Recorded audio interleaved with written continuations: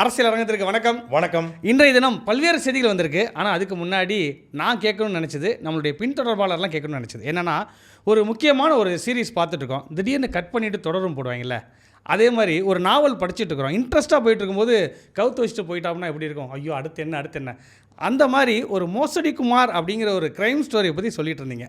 அது நல்லா விறுவிறுப்பாக போயிட்டு இருந்துச்சு. இப்போ எல்லாம் வந்து கேட்குறாங்க, என்னென்ன அந்த மோசடி குமாரை பற்றி அடுத்து எப்போ பேசுவீங்க அப்படின்னு. இன்றைக்கி ஏதாவது அப்டேட் இருக்கா? அந்த மோசடி குமாரை விட ஒரு மோசமான ஸ்டோரின்னு சொல்றதை விட இன்ட்ரெஸ்டிங்கான ஸ்டோரின்னு சொல்லலாம். நமக்கு இன்ட்ரெஸ்டிங்கு, ஆனால் பாதிக்கப்பட்டவங்களுக்கு அது ஒரு சோகமான மோசமான ஸ்டோரி. அதே போல் சவுக்கு சங்கர் தான் இந்த ஸ்டோரியும் வந்து பிரேக் பண்ணியிருக்காப்புல. அவருக்கு தான் நன்றி. ஆமாம், என்னன்னா பிரேக் பண்ணார், அப்படியே தலைகீழ மாற்றி பிரேக் பண்ணியிருக்காப்புல. ஒரு கதை, அதுக்கு ஒரு திரைக்கதையை உட்காந்து எழுதி ஒரு வேலையை காத்திருக்காரு. அதாவது ஒரு 3 நாளைக்கு முன்னாடி வீடியோ போடுறாரு. அந்த வீடியோ ஒரு 3 நிமிஷம் மட்டும் கிளிப் வருது. இதை நான் எப்போவுமே சவுக்கு சங்கர் வீடியோ நான் பெருசாக பார்க்குறது கிடையாது. இந்த கிளிப்பை வந்து சமூக வலைதளம் இன்ஸ்டாவில் ஒருத்தர் எடுத்து போட்டிருந்தான். இந்த மாதிரி சவுக்கு சங்கர் வந்து பேசியிருக்காருன்னு ஒரு கிளிப்பை பார்த்தேன். அப்போ அந்த சும்மா யதார்த்தமாக அந்த கேரக்டர் பேர்லாம் போது எங்கேயோ கேள்விப்பட்ட மாதிரி இருக்க அப்படின்னா, ஒரு 2 வீடியோ எனக்கு வந்து நம்முடைய சாட்டையினுடைய ஐடிக்கு வந்து ஒருத்தர் அனுப்பிச்சிருந்தாங்க. ஒரு லேடியும் ஒரு ஐயா, ஒரு வயசானவர் ஒருத்தர், 2 பேர் பேசுகிற மாதிரி. இந்த நிறுவனத்துக்கிட்ட நாங்கள் பணம் கொடுத்து ஏமாந்துட்டோம். அது ஒரு பெரிய ரியல் எஸ்டேட் நிறுவனம். தமிழ்நாட்டில் ஒரு கடந்த 15-20 ஆண்டு காலமாக குறிப்பாக சென்னைக்குள்ளே ரியல் எஸ்டேட்டில் கொடிகட்டி பறந்த ஒரு நிறுவனம். இந்த நிறுவனம் எங்களை ஏமாத்திருச்சு அப்படின்னு சொல்லி அந்த அம்மாவும் அந்த ஐயாவும் பேசக்கூடிய வீடியோ யாரோ ஒரு நபர், எனக்கு அன்னோன் பர்சன் அவர் அனுப்பிச்சிருக்காரு. இதை பற்றி நீங்கள் பேசுங்க, டீட்டெயிலாக பேசுங்கன்றாரு. எனக்கு யாருன்னே தெரியல, சம்மந்தமே இல்லாமல் இருக்குது, நம்ம எதுக்கு எடுத்து பேசணும் ரியல் எஸ்டேட்டை போட்டு அப்படின்னு சொல்லி விட்டுட்டேன் நான். இப்போ அந்த கேரக்டர் பேர் இருக்கு இல்லையா, இதை வந்து எங்கேயோ கேள்விப்பட்ட மாதிரியே இருந்துச்சு. இது சம்மந்தமாக கேள்விப்பட்ட மாதிரி இருந்துச்சு அப்படின்னு சொல்லிட்டு இப்போ இந்த சவுக்கு சங்கர் வீடியோ திருப்பி பார்த்தேன். பார்க்கும்போது அவர் என்ன சொல்கிறாரு மட்டும் கேளுங்க, அப்புறம் அதை பார்த்துக்கலாம். நிலம் இருக்கு 10-12 தாரப்பாக்கத்திலே 65,836 சதுர அடி நிலம் இருக்கு. 10-12 வருஷமா லிட்டிகேஷன்ல இருக்க ப்ராப்பர்ட்டி. ஃபார் எக்ஸாம்பிள், ஏ அவர்களுக்கு அந்த ப்ராப்பர்ட்டி சொந்தமாக இருக்கிறது. ஏ அவர்கள் அந்த ப்ராப்பர்ட்டியை பிளட்ஜ் பண்ணி 75 கோடி வங்கியில் கடன் வாங்குகிறார். வாங்கிட்டு நான் இங்க ஒரு மால் கட்ட போறேன்னு வச்சுக்கோங்களேன், ஒரு மால் கட்ட போறேன், எனக்கு 75 கோடி கொடுங்கன்ட்டு இந்த ப்ராப்பர்ட்டியை பிளட்ஜ் பண்ணி வாங்குறாரு. வாங்கிட்டு சொன்னபடி கட்டவில்லை. கட்டாமல் போனதும் வங்கி அதை வாரா கடனாக அறிவித்து அந்த அமௌண்ட்டை ரெக்கவரி பண்றதுக்கு ஆக்ஷன் எடுக்கிறாங்க. சர்ஃபேசி ஆக்ட்ல ப்ராப்பர்ட்டி அட்டாச் ஆயிடுது. அட்டாச் ஆனோடனே பேங்க்குக்கும் அந்த வாங்கின ஏ பார்ட்டிக்கும் நெகோசியேஷன் நடந்துகிட்டே இருக்கும்போது பேங்க் வந்து செட்டில்மெண்ட்டுக்கு வருது. நம்ம நீ அவ்வளவு கட்ட வேணாம், இந்த அமௌண்ட்டாவது கட்டு அப்படின்னு.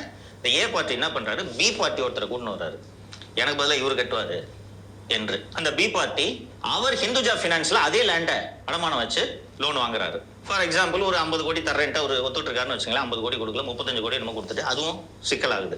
ஸோ இப்போ இந்த ஏ பார்ட்டிக்கும் பி பார்ட்டிக்கும் இடையில இது தகராறாக மாறுகிறது. பணம் கொடுத்த வங்கிகள் தேமே என்று வெளியில் நின்று வேடிக்கை பார்த்து கொண்டிருக்கின்றன. இந்த சூழ்நிலையில வழக்கு உச்சநீதிமன்றம் வரைக்கும் போகுது. இந்த லிட்டிகேஷன் ஓடிக்கொண்டிருக்கக்கூடிய சமயம் அழைத்து சென்று உள்ள பூந்து அந்த 65,000 சொச்ச இடம் சொன்னேன் இல்ல, ஓஎம்ஆர் காரப்பாக்கத்துல உள்ள பூந்து பொசிஷன் எடுத்துறாங்க. அந்த பொசிஷன் எடுத்தவர் யார் என்றால் அவர் தான் சுஷில் லால்வானி சேட். அந்த சுஷில் லால்வானி சேட் அந்த ப்ராப்பர்ட்டியோட விலையே 100 கோடி வச்சுக்கீங்களா. இதோட மேட் வச்சுக்கோங்க. அதாவது ஏ பி 2 பேருக்கும் சண்டை. ஏ அந்த இடத்தோட உரிமையாளர், அவர் பேங்க்ல லோன் வாங்கி இடத்த வாங்குறாரு. பேங்க் லோன் கட்டலை, அதனால் பேங்க் அந்த இடத்த லிட்டிகேஷன் ப்ராப்பர்ட்டின்னு எடுத்துடுறாங்க. இப்போ பிங்கிற ஒரு நபர் போய் அந்த இடத்த வாங்குறாரு. அவரும் இந்த ஏக்கு சரியாக பணம் கட்டலை. பணம் கட்டாமல் இவர் போலீஸோட உதவியோட, அட்வொகேட்ஸோட உதவியோட இந்த இடத்த பொசிஷன் எடுத்துட்டாரு அப்படிங்கிறது சவுக்கு சங்கருடைய குற்றச்சாட்டு. இப்போது ஒரு கதையில் ஏபின்னு சொன்னால் ஏ யார் பி யாருன்னு சொல்லணும்ல. ஆமாம், நேர்மையானவன் உண்மையானவன் ஏ யார் பி யாருன்னு சொல்லுவான். ஆனால் சவுக்கு சங்கர் இந்த ஸ்டோரியில் பி யாருன்னு சொல்கிறாரு, ஆனால் ஏ யாருன்னு சொல்லலை. பேரே சொல்லலையே, பிஆர்னு சொல்றாரு. சுசில் லால்வானி சேட்டு அப்படிங்கிறாரு. இப்போ சுசில் லால்வானி சேட்டு வந்து இந்த இடத்த ஏகிட்ட இருந்து வாங்கி இவர் பணத்தை சரியா கட்டாம பொசிஷன் எடுத்துக்கிட்டாருன்னு சொல்றாரு.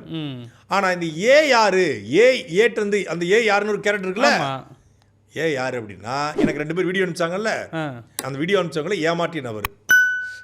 சென்னையினுடைய மிகப்பெரிய ரியல் எஸ்டேட் அதிபராக இருக்கிற, எந்த அளவுக்கு ரியல் எஸ்டேட் அப்படின்னா ரியல் எஸ்டேட் கன்ஸ்ட்ரக்ஷன் எல்லாமே. காரைக்காலில் ஒரு போர்ட்டு கட்டுறாங்க, துறைமுகம். அந்த துறைமுகத்துடைய ஒப்பந்தத்தை மொத்தமாக எடுத்த 2000 கோடி மதிப்பிலான துறைமுகம். அதை எடுத்த ஒரு பெரிய நிறுவனம் மார்க் குரூப். அப்படின்னா சென்னையில் ரியல் எஸ்டேட் அதிபர்களில் தெரியாத நபர்கள் கிடையாது. குறிப்பாக இந்த ஈசிஆர் தாம்பரம் பகுதிக்கு உட்பட்ட பகுதிகளில் ஈசிஆரில் இந்த ஏரியாக்களில் அதிகமாக கட்டடங்கள் கட்டுவது, நிலங்களை வாங்கி அதில் வந்து அப்பார்ட்மெண்ட்ஸ் கட்டுவது அப்படின்னு சொல்லி இந்த துறையில் கொடிகட்டி பறந்த ஒருத்தர். கிட்டத்தட்ட ஒரு 16க்கும் மேற்பட்ட நிறுவனங்களை, பல்வேறு நிறுவனங்கள் வச்சுருக்காரு. குறிப்பாக new Chennai township, Karaikal port private limited, அது ஒரு கட்டுறது தான். Marg construction limited, Marg realties limited, Marg international dredging, Marg logistic private limited, Marg Swarnabhoomi port private limited, Marg industries, அப்சயா infrastructure private limited, Marg capital markets limited, Marg holdings and financial services, global இன்ஃபோசர், எக்ஸம்ப்ளர் வேர்ல்டு வைட் லிமிடெட், இப்படி பல்வேறு நிறுவனங்கள் வச்சுருக்காரு. இந்த எல்லா நிறுவனத்தின் பேர்லேயும் வழக்கு இருக்குது. எல்லாமே வழக்கு. நியூ சென்னை டவுன்ஷிப், அதாவது சொர்ணபூமி, இதுக்கு பேரில் கிட்டத்தட்ட 1344 கோடி ரூபாய்க்கு மேலே கடன் வாங்கியிருக்காரு. கடன் வாங்கியிருக்காரு இதை பயன்படுத்தி. அந்த கடன் பெண்டிங் கட்டலை. காரைக்கால் போர்ட்டு, அதாவது 2400 கோடி ரூபாய்க்கு மேலே டிஃபால்ட் ஆகி அதானிக்கிட்ட அந்த போர்ட்டை ஒப்படைக்கிறார். இப்போ அது வந்து அதானியோட போர்ட்டாக மாறுது. அந்த போர்ட்டு கிட்டதா சொல்லியும் கடன் வாங்கியிருக்காரு. மார்க் கன்ஸ்ட்ரக்ஷன் லிமிடெட், இந்த அது 1994 to 2007 உள்ள 90 பண்ணிகிட்டு இருக்காரு. 20 years 25 years பண்ணிகிட்டு இருக்காரு. மல்டிபிள் கம்ப்ளைண்ட்ஸ், டிஃபால்ட்ஸ் இந்த பர்டிகுலர் ப்ராஜெக்டில் வந்து பல பேருக்கு எல்லார்ட்டையும் காசு வாங்கிக்கிட்டு யாருக்குமே வீடு கட்டி கொடுக்கல. அப்புறம் மார்க் ரியல் எஸ்டேட், இதில் வந்து பார்த்திங்கன்னா இடி வழக்கு, பேங்கில் வந்து பணத்தை எடுத்து இவர் வந்து இடி அவர் மேலே வழக்கு பதிவு பண்ணிருக்கு இந்த குறிப்பிட்ட நிறுவனத்துக்கு. அப்புறம் மார்க் இன்டர்நேஷ்னல் ட்ரெட்ஜிங் அப்படிங்கிற நிறுவனம், இந்தியன் பேங்க் சிங்கப்பூர் பிரான்ச்சில் பணம் வாங்கி கொண்டு, லோன் வாங்கி கொண்டு செலுத்தவில்லை என்கிற டிஸ்பியூட் வெளிநாட்டில், சிங்கப்பூரில். ஆமாம். மார்க் லாஜிஸ்டிக் பிரைவேட் லிமிடெட், இந்த இதில் பார்த்தீங்கன்னா கல்கத்தா ஹைகோர்ட் வந்து இதுக்கு எதிராக ஒரு தீர்ப்பை வழங்கியிருக்கிறது. இதில் வந்து அவர் அந்த நிறுவனத்தையும் பேரில் கடன் வாங்கியிருக்காரு. மார்க் இண்டஸ்ட்ரீஸ், இது வந்து விண்ட் எனர்ஜி, அதுவும் வச்சுருந்துருக்காரு. தமிழ்நாடு ஸ்டேட் ஆஃப் தமிழ்நாடு இதில் வந்து இண்டஸ்ட்ரீஸில் வந்து கடன் வாங்கி அங்கே வந்து லோன் பிரச்சனை இருக்குது. அப்புறம் வந்து அக்ஷயா இன்ஃப்ராஸ்ட்ரக்சர் பிரைவேட் லிமிடெட், அப்புறம் வந்து இது வந்து வெஹிக்கிள் ப்ரொமோட்டர் ஒரு கம்பெனி நிறுவனது. இதில் பார்த்தீங்கன்னா கிட்டத்தட்ட 25 லட்சம் SCPI வந்து பெனால்ட்டி போட்டிருக்கு. Mark capital markets private limited, இது ஒரு ஃபினான்சியல் இது ஒரு மைக்ரோ ஃபினான்ஸ் மாதிரியான நிறுவனம், இதற்கும் பெனால்ட்டி இருக்குது. அப்புறம் பார்த்திங்கன்னா mark holdings and financial service, இதுக்கும் பெனால்ட்டி இருக்குது. அப்புறம் குளோபல் இன்ஃபோசர்வ், கிட்டத்தட்ட 74 கோடி ரூபாய்க்கு மேலே இதுக்கும் பெனால்ட்டி இருக்குது. எக்ஸாம்பர் வேர்ல்டு வைட் லிமிடெட் 74 கோடி ரூபாய் பெனால்ட்டி. அதாவது மொத்தமாக 8000 கோடி ரூபாய்க்கு மேலே இந்தியா முழுக்க பல்வேறு வங்கிகளில் நிலுவைத் தொகையாக கடன் வைத்திருக்கக்கூடிய ஒரு நபர் இந்த மார்க்கு GRK ரெட்டி, கோடப்பட்டி ராமகிருஷ்ண ரெட்டி. இந்த கோடப்பட்டி ராமகிருஷ்ண ரெட்டி தான் இந்த இப்போ ஏக்கு தான் அவ்வளோ விளக்கம் கொடுத்துட்ருக்கேன். இன்னும் சப்ஜெக்ட்லேயே போகல. யாருன்னு அதாவது ஏபின்னு 2 இருக்குது, பிஏ சொல்லிட்டீங்க. சுரேஷ் லால்வானிங்கிற ஒரு நபர், அவர் தொழிலதிபர், சினிமா ப்ரொடியூசர் எல்லாம் பண்ணியிருக்காங்க போல. நான் கூகுளில் சர்ச் பண்ணி பார்த்தேன். இந்த இதையும் கூகுளில் தான் இப்போ எடுத்த பிரிண்ட் அவுட்டு. ஒருத்தன் வந்து பொய் சொல்லலாம், ஆனால் இவ்வளோ பெரிய பொய் சொல்லக்கூடாதுல்ல. காரப்பாக்கத்தில் 2017 காலகட்டத்தில் GRK ரெட்டி ஒரு பில்டிங், ஒரு இடத்த வந்து வாங்குறாரு. வாங்கி ஒரு ப்ராப்பர்ட்டி வாங்குறாங்க. இந்த ப்ராப்பர்ட்டியை வந்து ஒரு பேங்கில் போயிட்டு இது பண்ணி லோன் வாங்குறாரு, கடன் வாங்குறாரு. இந்த கடனை கட்ட முடியல அப்படின்னோடனே இவர் என்ன பண்ணுறாரு, இந்த பேங்க் வந்து இதை வந்து ப்ராப்பர்ட்டி எடுத்துடுறாங்க. ப்ராப்பர்ட்டி எடுத்த உடனே என்ன பண்ணுறாரு, பேங்க்கில் போய் யார் வேணாலும் வாங்கலாம் இல்லையா, பேங்க் ப்ராப்பர்ட்டி எடுத்துட்டான். பேங்க் வந்து ஏலம் விட்டுருவான், ஏலம் விட்டா யார் வேணாலும் கேட்கலாம். ஸோ இந்த மாதிரியான ப்ராப்பர்ட்டியை பேங்க் விட்டோடனே பேங்க் வந்து என்ன கம்மி விலைக்கு கொடுக்கும், இல்லை அதிக விலைக்கு கொடுக்கும், அது ஒரு இது பொறுத்து இருக்குது. இந்த ஏலத்தை ஒருத்தர் போய் எடுக்கிறார், அவர் தான் சுசில் லால்வானி.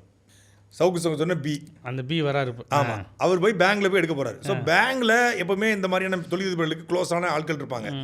அதை பயன்படுத்தி யார் எடுக்கிறாங்க அப்படிங்கிறத இவர் GRK ரெட்டி தெரிஞ்சுக்கிறார். இவர் நேரடியாக போய் எடுக்கிறார், நீ பேங்க்கில் எடுக்கிறத விட எனக்கு எடுங்க, எனக்கு கொஞ்சம் ஹெல்ப்ஃபுல்லாக இருக்கும், டேரெக்டாக எடுங்க. எனக்கு நீங்கள் சப்போர்ட் பண்ணி என்கிட்டயே வாங்கிருங்க, பேங்க்கில் போனால் கூட நீங்கள் எனக்கு இந்த பணத்தை கொடுத்துட்டா நான் பேங்க்கில் கட்டிட்டு உங்களுக்கு நான் பண்ணி கொடுத்துருவேன் அப்படின்றாரு. 52 கோடி ரூபாய்க்கு பேசி 10 நிறுவனங்கள், அந்த 10 நிறுவனங்கள் பேரில் அக்ரிமெண்ட் போடப்படுது. அக்ரிமெண்ட் போட்டு பணத்தை கொடுத்துட்றாங்க. பணத்தை கொடுக்கும்போது வாய்மொழியாக இந்த சுசில் வாங்கிட்டு அவர் சொல்கிறாரு, எனக்கு தான் நீங்கள் வந்து இன்டீரியர் கான்ட்ராக்ட் தரணும். இது வந்து ஒரு 10 நிறுவனம் 10 மாடி பில்டிங், அது 10 மாடிலையும் 10 நிறுவனங்கள் வைக்கிறதுக்கு அவங்க வந்து பிளான் பண்ணுறாங்க. அப்போது 10 நிறுவனங்கள் பேரில் அந்த இடத்த வாங்கிடுறாங்க, பணத்தையும் கொடுத்துட்றாங்க. எல்லாமே ஒயிட்டு, எல்லாமே அக்கௌண்ட் டு அக்கௌண்ட் ட்ரான்ஸ்ஃபர். அப்போ அவர் கேட்குறாரு, என்ன நான் உங்களுக்கு விற்கும் போது எனக்கு ஒரு ஃபேவர் பண்ணி கொடுங்க, மொத்த இன்டீரியர் 36 கோடி ரூபாய்க்கு மேலே இன்டீரியர் வரும், இன்டீரியர் எனக்கே பண்ணி கொடுக்க அப்படின்றாங்க. இப்போ ஒரு இடத்த வந்து நம்ம ஒரு ஒப்பந்தக்காரரை ஒப்படைக்கிறோம், யார் ஒரு கான்ட்ராக்டரை ஒப்படைக்கிறோம். அப்போ அந்த கார்டன் எடுத்துவார், சார் இன்டீரியர் எனக்கே பண்ணி கொடுத்துருங்க, நம்ம பண்ணி பண்ணுறதா, சரி நீங்கள் ஒரு நல்ல ரேட்டு கொடுத்தீங்கன்னா நாங்கள் பண்ணி தரேன்றாங்க. அதே போல் இந்த நிறுவனமும் நல்ல ரேட்டு நீங்கள் கோட் பண்ணிங்கன்னா உங்களுக்கு தரலாம் அப்படின்னு சொல்லியிருக்க வாய்ப்பு இருக்குது. இது ஒரு ஓரலாக வாய்மொழியாக கொடுக்கப்பட்ட ஒரு இது. இப்போ இடத்த முடிச்சாச்சா, இந்த இடத்த முடிச்சு இவங்க வந்து எடுத்துடுறாங்க, பேங்க்லாம் பணத்தை கட்டியாச்சு, எல்லாம் முடிஞ்சிச்சு, கம்ப்ளீட் எல்லாமே ஓவர். இதுக்கப்புறம் இவங்களும் கடன் வாங்கி கூட கட்டியிருந்துருக்கலாம், வேற ஒரு நிறுவனத்தில் வேற ஒரு வங்கியில் கடன் வாங்கி அவருக்கு பணத்தை கொடுத்துருக்கலாம். இதெல்லாம் முடிஞ்சிருது, பொசிஷன் இவங்க கட்டுப்பாடுக்கு, இவங்க அடுத்த கட்ட வேலைகளை பார்க்க போகிறாங்க. இந்த நேரத்தில் இந்த ஜிஆர்கே ரெட்டி எப்போதுமே வாழ்க்கையில் இந்த மாதிரி பல பேரை ஏமாற்றுவதை தொழிலாக வைத்திருக்கக்கூடிய ஜிஆர்கே ரெட்டி என்ன பண்ணார், ஒருத்தர் நேர்மையாக இருந்தான்னா நிச்சயமாக அந்த துறையில் அவனை யாராலும் வீழ்த்த முடியாது. நேர்மையாக இருந்தான்னா இந்த ஜிஆர்கே ரெட்டி வந்து காரைக்கால் போர்ட்டு பண்ணுறாரு, 8000 கோடி கடன் வாங்குறாரு, விழுந்து போன காரணம் அவருடைய நேர்மைத்தன்மை இல்லாமல் இருந்தது. இப்போ பேராசை ஒரு மனுஷன் எங்கே கொண்டு போய் தள்ளுது அப்படின்னா, 52 கோடிக்கு பேங்கில் போக வேண்டிய இடத்த இவர் ஒருத்தன் நல்ல லாபகரமான ரேட்டுக்கு வித்துறாரு. லிட்டிகேஷனாக போச்சு, ரெட்டியோட லேண்டுன்னு இல்லாமல் ஒரு டீசெண்டாக வித்தாச்சு. இந்த நேரம் பார்த்து 100 கோடி ரூபாய்க்கு அந்த இடத்த இன்னொரு ஹாஸ்பிட்டலுக்கு கேட்குறாங்க. கொடுத்ததுக்கப்புறம் இவர் ஏன் கொடுத்ததுக்கப்புறம் கேட்குறாங்கன்னா, இவர் வந்து என்ன பண்ணுறது, இந்த லேண்டை காட்டி பல பேர்ட்ட காசு கேட்குறது. எனக்கு இங்கே லேண்ட் இருக்குது, இந்த லேண்டு நம்ம லேண்டு தான், 60,000 ஸ்கொயர் ஃபீட் இருக்குது, இது நம்ம லேண்டு தான் அப்படின்னு சொல்கிறது.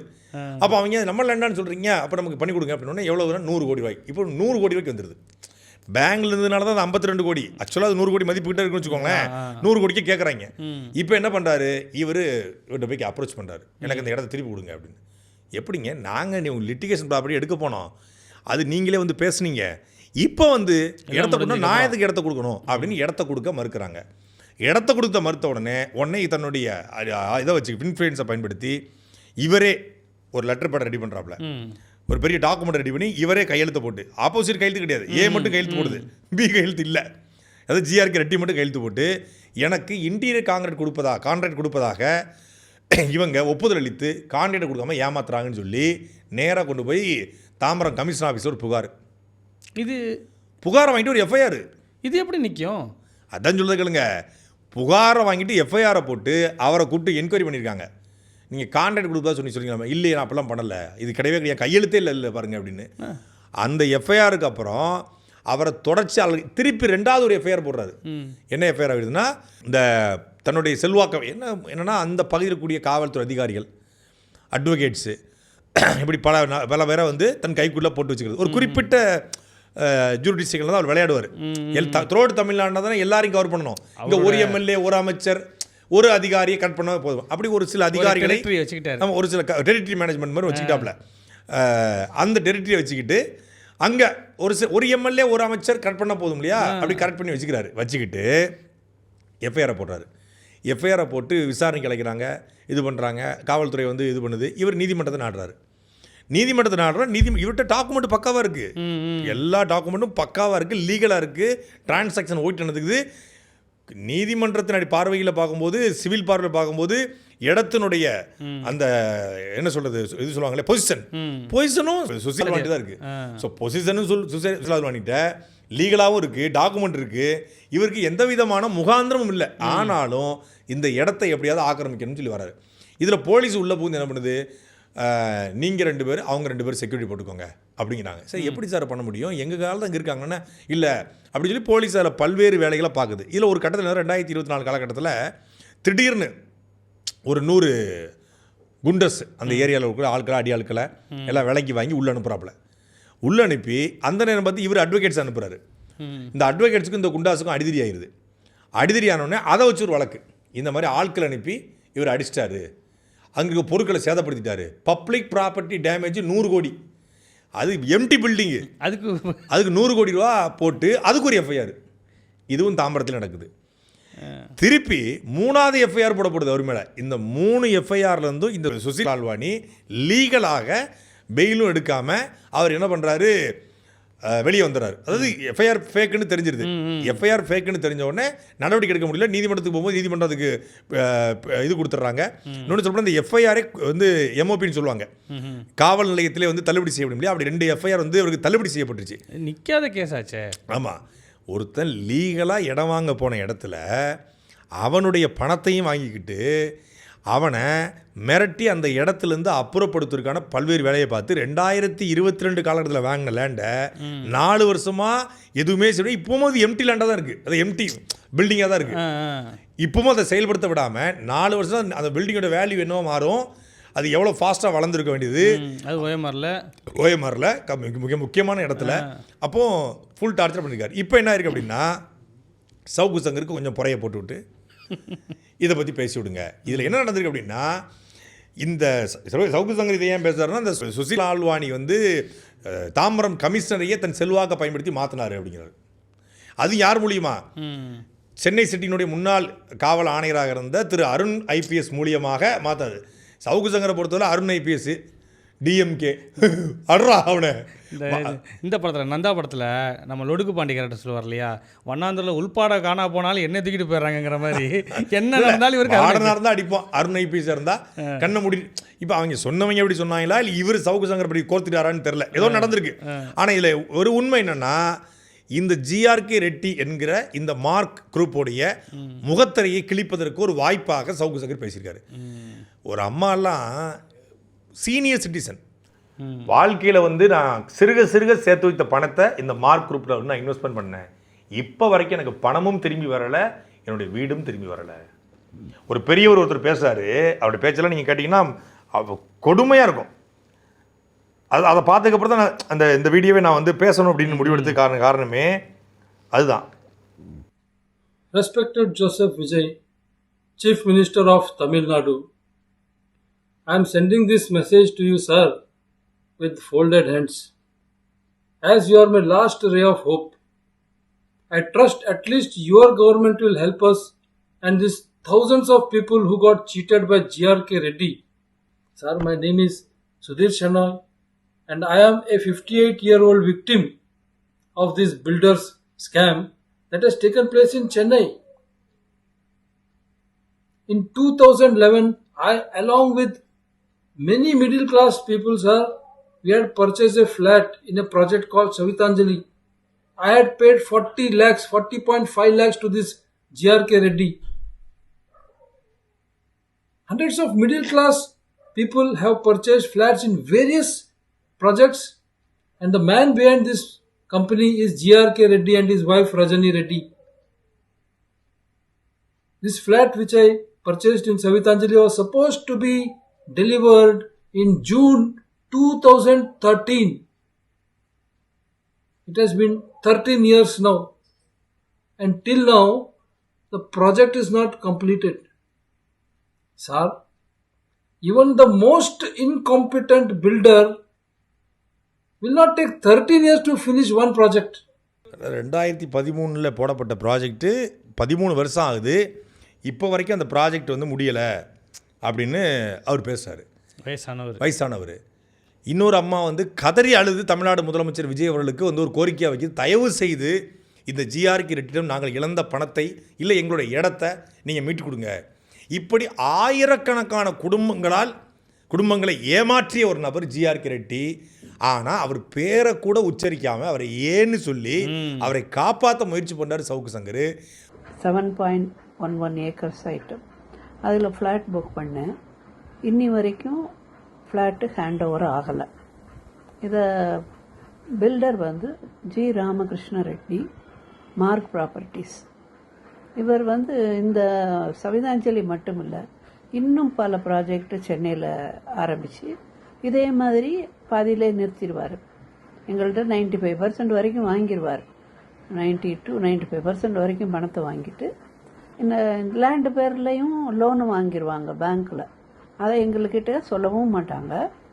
அந்த லோனு வாங்கி அந்த லோனை திருப்பி அடிக்க மாட்டார். ஆனால் இந்த பில்டர் வந்து லோன் பணத்தெல்லாம் வாங்கிட்டு அவர் வீடு கட்டாமல் ஓடி போயிடுவார். பணத்தெல்லாம் சுருட்டிட்டு ஓடி போயிடுவார். இது இந்தியா ஃபுல்லாக நடக்குது. அதனால் என்னென்னா எங்களை மாதிரி மிடில் கிளாஸ் பீப்புள் ஒரு கொஞ்சம் கொஞ்சமாக சேமித்து ஒரு வீடு வாங்கணும், ஒரு நல்லபடியாக வாழணும்னு நினைக்கிறதுல ஒருத்தன் உண்மையிலே ஜிஆர்கே ரெட்டியால் பாதிக்கப்பட்டு பல்வேறு வழக்குகளுக்கு ஆளாகி பொய் வழக்குகளுக்கு உண்மையான தொழிலதிபர் ஒருத்தர் அவர் லிட்டிகேஷன் ப்ராப்பர்ட்டியை போய் வாங்குறாரு, இல்லை நல்ல ப்ராப்பர்ட்டியை வாங்குறாரு. ஏன் இப்போ நிறைய பேர் இருக்காங்க, இந்த காவல்துறை பேங்க்லால் சீஸ் செய்யப்பட்ட பைக்கை வாங்குவாங்க. பேங்கால பைக்கில் சீஸ் பண்ணப்பட்ட பைக்கை வாங்கினவங்களும் குற்றவாளியா? அது ஒரு தொழிலாக எவ்வளோ பேர் இருக்கிறாங்களே. பேங்கால சீஸ் பண்ணப்பட்ட கார் இருக்கு, லோன் கட்டாத கார் இருக்கும், கம்மி ரேட்டு கிடைக்கும். அது வாங்கியிருக்க நிறுவனமே இருக்கு, அதுக்கு நிறுவனமே இருக்கு, அதை வாங்குவாங்க, கம்மி ரேட்டு வாங்க. இப்போ ஒரு இன்னோவா காரு 32 லட்ச ரூபா வருது அப்படின்னா சீஸ் பண்ணப்பட்ட கார் வந்து 12 லட்ச ரூபா 15 ரூபா கிடைக்கும். நல்ல காராக இருக்கும். ஒரு 4 மாதம் 5 மாதம் டியூ கட்டிருப்பான், அப்புறம் வாழ்க்கையில் கட்டிருக்கே மாட்டான். அது மாதிரி பல பேர் இருக்காங்க. ₹1 பஜாஜ் ஃபைனான்ஸ் வச்சிருமா உங்களுக்கு, ₹1 மட்டும் கட்டி ₹1 கட்டி பைக்கு ₹1 அப்புறம் வாங்கி கெட்டதே கிடையாது. பல பேர் வாங்கினாங்க எங்கள் ஊர் பக்கம்னா, பல பேர் பைக்கு வாங்கி கெட்டவே இல்லை, லோனு டியூவே கட்டலை. அப்புறம் கெட்ட வந்தோன்னா எங்கே வந்து இது வாங்குற அந்த அறுவாள் இல்லை அப்படிம்பாங்க. அதை சீஸ் பண்ணினதெல்லாம் எடுத்துகிட்டு போயிட்டு பேங்க் வெய்வர்லாம் போக பேலன்ஸை கட்டினா அது மாதிரி சில விவசாயிகள் வந்து கடனாகி டிராக்டருக்கு லோன் கட்ட முடியாமல் நிறைய பேர் இருக்காங்க. சில பேர் வம்படியாக வாங்கி கட்ட மாட்டாங்க. ஆமாம், அது மாதிரி லாரிக்கு அதுவும் பெரிய பெரிய காராக வாங்குவாங்க. வாங்கி நிப்பாட்டிட்டு 5-6 கார் இருக்கும், வீட்டு வாசலில் நாயை கட்டி போட்டுருப்பாங்க. அவன் வந்தானா கொத்தோட கவிட்டு போயிடுவான். இஎம்ஐ கட்ட வந்தானா வரமாட்டாங்க. வரோம் சார், அங்கெல்லாம் கொடுத்தா அந்த ஊருக்குலாம் கொடுத்தா வராது சார் அப்படின்னு ரிப்போர்ட்டை போட்டு போவாங்க. இப்போ அந்த மாதிரியான வண்டியை வாங்கினாலே அவன் குற்றவாளி கிடையாது. அதுபோல் லிட்டிகேஷன் ப்ராப்பர்ட்டி, பேங்கால் எழுதப்பட்ட ப்ராப்பர்ட்டிகளை வாங்குவதுக்கு பெரிய டீம் இருக்காங்க. வாங்கி அவங்க அதை இது பண்ணுவாங்க. எப்படினாலும் பேங்க் ஏன்னா விடுது ஒருத்தன் வாங்கி தானங்க ஆகணும். அப்போ பேங்க் லோன் விடக்கூடிய ஒரு இடத்த ஒருத்தன் வாங்குறதுனாலே அவன் தப்பானவன் அப்படின்னு பார்க்குறதும், தப்பான ஒருத்தனை நல்லவனாகவும் உண்மையிலே பிஸ்னஸ் பண்ண ஒருத்தனை தப்பானவனாகவும் காட்ட முடியுது. இங்கே மோசடி குமாருங்கிற மோகன்குமார் மிக மிக மோசமானவன். அவனால் ஏமாற்றப்பட்டவங்க கிட்டத்தட்ட சென்னையில் மட்டும் ஒரு 1000கணக்கான பேர், வழக்கறிஞர்கள், தொழிலதிபர்கள், ரியல் எஸ்டேட் அதிபர்கள், சினிமா ப்ரொடியூசர்ஸு, ரியல் எஸ்டேட், அப்புறம் டெக்ஸ்டைல்ஸ் ஓனர்ஸு, எத்தனை பேர் நடுத்தருக்கு வந்திருக்கான். அவன் நல்லவன். தொழில் பண்ணக்கூடிய சுசி லால்வானி கெட்டவர். தொழிலை ஏமாத்தின ஜிஆர்கே ரெட்டி மார்க் குரூப் வந்து நல்லவன்.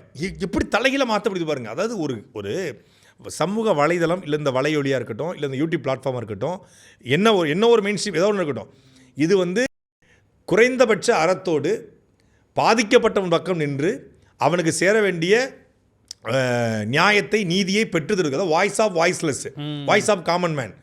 அதுதான் இதோட நோக்கமே. நம்ம வந்து எல்லையில் வேலை பார்க்க, எல்லையில் ராணுவத்தில் பணி செய்கிறான், ராணுவத்தில் வந்து கடும் பனியில், குளிரில், மழையில் போராடுறான். ஆனால் சம்பளம் வாங்கிட்டு தான் போராடுறான், சம்பளம் வாங்கிட்டு தான் வேலை செய்யறாங்க. ஆனால் அவன்கிட்ட ஒரு தியாக மனப்பான்மை இருக்குது, ஒரு வீரம் இருக்குது, ஒரு போர்க்குணம் இருக்குது, ஒரு கோபம் இருக்குது, நாட்டுக்காக பிறந்து வெறி இருக்குது. இதெல்லாம் வந்து அவனுடைய எமோஷனல். ஆனால் தன் வீட்டுக்காக சம்பளம் வாங்கினா. அதுபோல் யூடியூப்பில் நம்ம பேசுகிறோம், யூடியூப்ல வந்து ரெவென்யூ வருது, யூடியூப் நம்ம பேசுறதுக்கு ரெவென்யூ கொடுத்துறான். ரெவென்யூங்கிறது வந்து நம்ம உழைக்கிற உழைப்புக்காக இருக்கட்டும். ஆனால் இதில் குறைந்தபட்ச அறத்தோடு வேணும், குறைந்தபட்ச நேர்வழி, என்ன வேணாலும் பேசலாம், கோடி கோடியாக சம்பாதிக்கணும், என்ன வேணாலும் பேசலாம். இப்படி பேசி நீங்கள் என்ன செய்ய போகிறீங்க? இப்படி பேசி தலைகீழ மாறுது பாருங்க. அதுதான் நம்ம அப்போ இல்லை உண்மையிலேயே தப்பு பண்ணியிருக்கானா அவன் எவனுமே கேட்க மாட்டான். தப்பு பண்ணியிருக்கானா அவன் கேட்க போகிறது இல்லை. நம்ம தப்பாக பண்ணியிருக்கோம் பேசுகிறாரு. இப்போ நம்ம தப்பு பண்ணியிருக்கோம் வந்து ஒருத்தர் நம்மளை பேசுகிறான்னா அதை கேள்விக்கிற உரிமை நமக்கு இல்லையே, கோபமே பட முடியாது.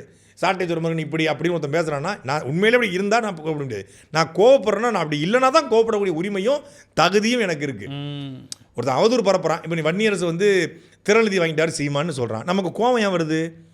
திரள்நிதியை வாங்கி நாங்கள் ஒன்றும் தவறாக பயன்படுத்தலையே. நாங்கள் இப்போ சீமானவர்கள் பேரை பயன்படுத்தி ஐடி நிறுவனங்களில் போயிட்டு தலைவருக்கு பிறந்தநாள் காசு கொடுங்க அப்படின்னு மிரட்டினா அது தப்பு. தனியார் ஆலை முதலாளிகள்கிட்ட போய் பணம் கேட்டு கட்ட பஞ்சாயத்து பண்ணால் அது மிரட்டு, தப்பு. ஹெலிகாப்டர் கம்பெனியில் போய் காசு வாங்கினா அது தப்பு. அதுதான் தப்பே ஒழிய திருமாவளவனுடைய பிறந்தநாளுக்கு தங்கம் கொடுங்க, திருமாவளவன் பிறந்தநாளுக்கு மோதிரம் போடுங்க, ஆகஸ்ட் 17க்கு வாங்கிட்டு இருக்காங்களே மாநாடு போடணும்னு, சால்வத்துக்கு எங்கே போடு, காசத்துக்கு இங்கே கொடு அப்படின்னு சொல்கிறது தான் தப்பே ஒழிய திமுக அதிமுகவோட கூட்டணி வைத்து அந்த கூட்டணிக்காக லட்டுகளை வாங்குவதும் சோஃபாக்களை வாங்குவதும் தான் தப்பே ஒழிய க்ரௌட் ஃபண்டிங் என்பது கம்யூனிஸ்ட் கட்சிகள், அதாவது தாவேக்காவுடைய கூட்டணியில் விசிகாவோட கூட்டணியில் கூட கம்யூனிஸ்ட் கட்சிகள் உண்டியல் குலுக்கி மக்களிடத்தை பெறுவதும் திறநிதி தான்.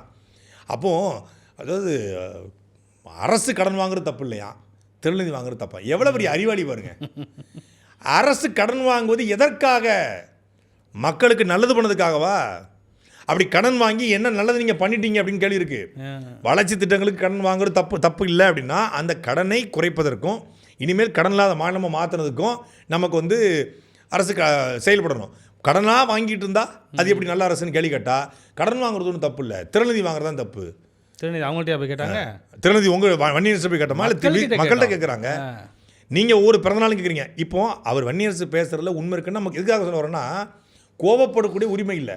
வன்னியரசு இப்படி பேசும்போது நம்ம கோபப்படுறோம்னா நமக்கு உரிமை இருக்குது, ஏன்னா நம்ம அப்படி தப்பு பண்ணலன்னு தெரியுது, அதனால் நம்ம கேள்வி கேட்குறோம். அதுபோல் இந்த சவுக்கு சங்கர் வைக்கக்கூடிய இந்த குற்றச்சாட்டில் ஆப்போசிட் தரப்பில் பாதிக்கப்பட்டவங்க கோவப்படுவாங்களா பட மாட்டாங்களா? இல்லை கோவப்பட முடியாதுன்னு பண்ணுவான், வருத்தப்படுவான், வேதனைப்படுவான். அவன் வருத்தப்பட்டானே வேதனைப்பட்டானே, நமக்கு பணம் கொடுத்தா நான் என்ன வேணாலும் பேசுவேன் அப்படின்னு நினைக்கிறது என்ன மாதிரியான மனநிலை, என்ன மாதிரி அணுகுமுறை? இல்லை சவுக்கு சங்கர் இன்னொரு வார்த்தை பதிவு பண்ணுறாரு, அருண் ஐபிஎஸ் அவர்கள் சொல்லித்தான் தாம்பரம் கமிஷனராக மாற்றினாங்கன்னு. ஒரு கமிஷனர் இன்னொரு கமிஷனரை மாற்ற முடியுமா? எப்படி மாற்ற முடியும்? அந்த அதிகாரம் எப்படி எங்கே இருக்குது? நான் இப்போ ஒரு இன்ஸ்பெக்டர் ஒரு இன்னொரு இன்ஸ்பெக்டரை மாற்ற முடியுமா? ஒரே கேடலுக்கு எப்படி மாற்ற முடியும்? எப்படி மாற்ற முடியும்? இன்ஃப்ளூயன்ஸே பண்ண முடியாது. ஒரு சிட்டி கமிஷனர் அவரும் சிட்டி கமிஷனர் எப்படி மாற்ற முடியும்? டிஜிபி நினச்சா மாற்றலாம், தலைமைச் செயலர் நினச்சா மாற்றலாம், முதலமைச்சர் நினச்சா மாற்றலாம். அப்போ இந்த சுசில் ஆழ்வானிங்கிற அந்த பர்டிகுலர் சேட்டு தமிழ்நாடு அரசியே இயக்கிற இடத்துல, அது ஐ மீன் கடந்த திமுக ஆட்சியில், அது திமுக ஆட்சியில் தமிழ்நாடு அரசியே இயக்கிற இடத்துல இருந்தாரா? தமிழ்நாடு அரசு இயக்கிற இடத்துல ஒரு ஐபிஎஸ் அதிகாரியை மாற்ற இடத்துல இருந்தவருக்கு எதுக்கு 3 எஃப்ஐஆர் போட்டாங்க? தன் மீது போடக்கூடிய எஃப்ஐஆரே தடுக்க முடியாத ஒருத்தர், சாதாரண கேஸ், கான்ட்ராக்டர் கொடுக்கலன்னா கேஸா? அது இன்டீரியர் கான்ட்ராக்ட் கொடுக்கலன்னு சொல்லி ஒருத்தர் 3 எஃப்ஐஆர் போட்டு வச்சுருக்கேன். அந்த எஃப்ஐஆருக்கு ஒருத்தர் 3 வருஷமாக அலைஞ்சிருக்கிறான். எஃப்ஐஆரே போட விடாமல் தடுக்க முடியாத ஒருத்தர் கமிஷனரை மாத்திரான்னு ஒரு டே. எனக்கெல்லாம் நிறைய ஆர்கிடெக்ட் கான்ட்ராக்ட் தரேன்னு சொல்லிட்டு நிப்பாட்டிருக்கிறாங்க. ஒரு எஃப்ஐஆர் போட்டு விடுங்க. இவன் யூடியூப்பில் பேசுகிறவனுக்கு கொடுத்தா வேலை நான் சரியாக நடக்காதுன்னு நிப்பாட்டிடுவாங்க. அதாவது நான் சொன்னதெல்லாம் ஒரு 10% தான் இந்த ஜிஆர்கே ரெட்டியை பற்றி. இன்னும் சுவாரஸ்யமான செய்திகளுக்கு சாட்டையை சப்ஸ்கிரைப் பண்ணி பெல் பட்டனை அமைக்கினால் அடுத்தடுத்து இந்த ஜிஆர்கே மார்க் குரூப்பை பற்றியும் சீரியஸாகவே வரும், மோசடி குமாரை பற்றியும் மார்க் இது நம்ம இது ஒரு நான் 2021 சிறையில் இருக்கும்போது தான் 600 கைதிகளில் 100 பேர் இந்த மாதிரி மோசடி வழக்கில் வந்தாலும் பார்த்தாங்க. அதான் ஆருத்ரா குரூப் உள்ளதாக இருந்துச்சு. அப்புறம் இந்த ஹஜாவு ஊழல் அவங்க உள்ளதாக இருந்தாங்க. இவங்க வீட்டில் நிறைய நான் டிஸ்கஸ் பண்ணுவேன், பேசுவேன், எப்படி ஏமாத்துறீங்க, எப்படி சீட் பண்ணீங்க. ஏன் இதை கேட்க அப்படின்னா, நம்ம விழிப்புணர்வோடு இருக்கேன். மற்றவங்களுக்கு விழிப்புணர்வு ஏற்படுத்துற விட நம்மளை எவனை ஏமாத்துறதுன்னா, நான் 2 பேர்ட்ட ஏமாந்தேன். நம்ம அதான் சொல்ல வந்தேன். ஏற்கனவே நிறைய 3 பேர் ஆளுக்கு 5 லட்சம் 15 லட்சம் ஏமாத்துறாங்க. நான் ஊர் நியாயம் பேசிட்டு இருக்கேன். 2021 தொடங்கி 2024 வரைக்கும் 3 பேர்ட்ட சொலையா ஆளுக்கு 5 லட்சம் வெவ்வேறு. ஒருத்தன் ரியல் எஸ்டேட்ங்கிற பேரில் ஏமாத்துறான், ஒருத்தன் கார் வாங்கி தரேன்னு ஏமாத்துறான், ஒருத்தன் 5 லட்சம் நண்பனா பழகி ஆட்டையை போட்டு போனான். எனக்குலாம் காட்டேஜ் வாங்கி தரேன்னு ஏமாத்துறாங்க நண்பனா இருந்து. சரி, அவங்களுக்கு இயற்கையோ இறைவனோ அவங்களுக்கான தண்டனை கொடுப்பான்னு நம்ம விட்டாச்சு. அதுக்கு நீதிமன்றத்துக்கு போனாலும் நம்ம வழக்கு கொடுத்தா கூட வழக்கு எடுக்க மாட்டாங்க. நம்ம போய் எழுதிட்டா கூட இவன் அங்கே ஏமாத்திட்டான், இவன் இங்கே போனோம், டேய் நாங்கள் ஏமாந்த கூட்டம். ஏன் இவ்வளவு ஏமாத்துறவனை பற்றி வெறியுண்டு பேசுகிறோம் அப்படின்னா, நாங்களே ஒரு விக்டிம் தாயா. இப்போ ஜிஆர்கே ரெட்டி மார்க் குரூப்புக்கு பல விக்டிம் இருக்காங்க. நானே ஒரு விக்டிம், ஏமாந்தே பழக்கப்பட்ட குரூப்பு. சின்ன லெவலில் ஏமாந்தா வழி தெரியல, 5 லட்சம் 6 லட்சம் போது நமக்கு ரொம்ப வலிக்குது, ரொம்ப சங்கடமாக இருக்குது. ஃபாலோ பண்ணி டயர்டு. நம்ம மாதம் பணம் கட்டி இந்த மாதிரி ஒரு கம்பெனிலலாம் கொடுத்துட்டு ஏமாந்து நிற்கிறவங்களோட வழியை கேட்கும்போது எவ்வளோ கஷ்டமாக இருக்கும். சில விஷயங்கள் நம்ம வெளியே சொன்னால் இப்படியா அப்படின்னு சில பேர் சாக்காவாங்கன்னு சொல்லாமல் கூட சொல்லணும். காலம் வரும்போது சொல்லுவோம். இந்த கடைசியாக இழந்த 5 லட்சம்னா எனக்கு ரொம்ப பயங்கர பெயின் ஆயிடுச்சு. எதுக்குமே நம்ம கலங்க போகிறதில்ல, அப்படியே போயிடுவோம். ஆனாலும் நம்பி ரொம்ப க்ளோஸ் சர்க்கிளில் ஏமாற்றப்படும் போது ரொம்ப நமக்கு சங்கடமாக இருக்குது. அப்போது ஏமாந்தவனுடைய வழி நமக்கு தெரியும், ஏமாற்றப்பட்டால் அந்த வழி எப்படி இருக்கும் அப்படின்னு தெரியும். அப்போ அதுபோல் இங்கே பல நபர்கள் அதனால தான் இந்த மோசடி குமாரை பற்றி, இந்த ஜிஆர் கட்டி பற்றி இப்படி வெறிகுண்டு பேசுறதுக்கான காரணமே நாம் ஏமாற்றப்பட்டிருக்கோம். அதுபோல் இனிமேல் யாராவது ஏமாற்றப்படக்கூடாது அப்படிங்கிறது தான். இன்றைய தினம் பல்வேறு செய்திகள் இருந்தது. ஏன்னா காலையிலேருந்து நம்ம பட்ஜெட் பார்த்துட்டு இருந்தோம், நடுவில் இந்த ஆர்ப்பாட்டம் வேறு இருந்தது காவேரி நதிக்காக. ஸோ அதனால் நேரமின்மை, வாழைக்கு வேறு முட்டு கொடுத்துருக்காங்க. அந்த வாழைக்கு முட்டு கொடுத்த கதையெல்லாம் இன்னும் நிறையா இருக்குது. நாளை அரசியல் அரங்கத்தில் பேசுவோம். நாளைக்கு காலையில் பேசுவோம். கண்டிப்பாக. நன்றி. சாட்டை எடுத்து நாட்டை திருத்து, இளம் தலைமுறை தானே நீ வழி